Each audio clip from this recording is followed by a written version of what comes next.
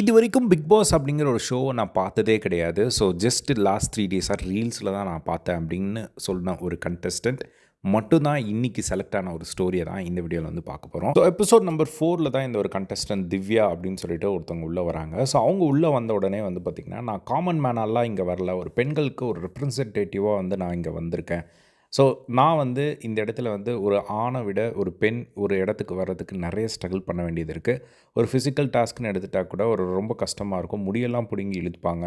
So அங்கே வந்து equality வந்து அதை வந்து ஈக்குவாலிட்டின்னு சொல்லுவாங்க. அது எப்படி ஈக்குவாலிட்டி ஆகும்?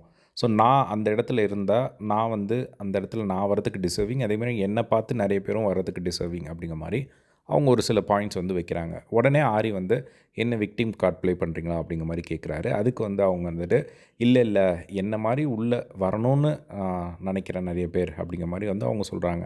அதுக்கப்புறம் திடீர்னு மாயாவுக்கு என்ன தோணுச்சுன்னு தெரில, ஷோவை பார்த்துருக்கீங்களா அப்படிங்கிற மாதிரி கேட்குறாங்க. டக்குன்னு அவங்க வந்து சொன்ன ஒரு ஆன்சர் தான் ஷாக்காக இருந்தது. இல்லை, நான் வந்து இது வரைக்கும் பார்த்ததே கிடையாது. பிக் பாஸ் அப்படின்னா எப்படி ஃபார்மட் தெரியுமா அப்படின்னா, என்ன ஃபார்மட்னா என்ன, சர்வைவல் ஃபிட்னஸ் கேம் கொடுப்பாங்க, அவ்வளோதானே அப்படிங்கிற மாதிரி வந்து சொல்லிகிட்டு இருந்தாங்க.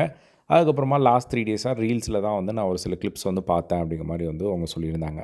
ஸோ அதுக்கப்புறமா வந்து இந்த ஒரு ஷோ ஃபார்மட் எப்படி அப்படின்னு தெரியுமான்னு கேட்டதுக்கு, ஜஸ்ட் பீப்புள் கூட வந்து பழக போகிறோம். அதே மாதிரி என் கூட இருக்கிற எல்லாருமே சொன்னாங்க, நீ உள்ளே போனால் நல்லா இருக்கும்னு சொன்னாங்க, நீ வந்து எல்லாத்தையும் வெளிச்சம் போட்டு காட்டிடுவேன்னு சொன்னாங்க அப்படின்னு சொன்னோன்னே, ஆரி வந்து ஓ அப்போ அவங்கள சந்தோஷப்படுத்துறதுக்காக தான் நீ இப்போ இங்கே உள்ளே போகிறீங்களா அப்படின்ற மாதிரி கேட்டாங்க.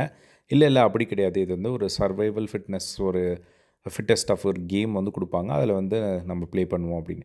உடனே ஓவியா வந்து கேட்குறாங்க, சரி சர்வைவல் ஆஃப் ஃபிட்டஸ்ட்டாக இல்லை அவுட் ஆஃப் பாக்ஸ் இது வேணுமான்னு நினைக்கிறீங்க அப்படின்னு கேட்கும்போது அவங்க ஒரு இன்ட்ரெஸ்டிங்காக ஒரு ஆன்சர் பண்ணுறாங்க. சர்வைவல் ஆஃப் ஃபிட்டஸ்ட்க்கு வந்து ஒரு out of the box thinking வேணும் அப்படிங்கிற மாதிரி வந்து அவங்க சொன்னதை வந்து பார்க்க முடிச்சது. அதுக்கப்புறம் அவங்க ஓகே அப்படிங்கிற மாதிரி தான் ரியாக்ஷன் கொடுத்தாங்க ஓவியா. அதுக்கப்புறமா வந்து இந்த வீட்டுக்குள்ளே என்ன ஃப்ளேவர்ஸ் இருக்கணும் அப்படின்னு நீங்கள் எதிர்பார்க்குறீங்க அப்படின்னா, ஹியூமர், ஃபன், ஒரு குட்டி ஃபைட், அதுக்கப்புறம் திரும்ப எல்லாம் சேர்ந்துக்கணும், இந்த மாதிரி தான் இருக்கணும் அப்படிங்கிற மாதிரி அவங்க சொல்கிறாங்க. நெக்ஸ்ட்டு வந்து ஒரு டாஸ்க் மாதிரி வந்து கொடுக்குறாங்க. கூட கவின் அப்படிங்கிற ஒரு பையன் நிற்கிறாப்புல. ஸோ அந்த ஒரு பையனை வந்து ஒரு டாகாக வந்து இவங்க வந்து ட்ரீட் பண்ணணும். அவங்களோட கேரக்டர் வந்து திவ்யா அப்படிங்கிறது மாதிரி இருந்தால் அவங்க வந்து ஜஸ்ட் அந்த டாகை வந்து ட்ரீட் பண்ணணும்.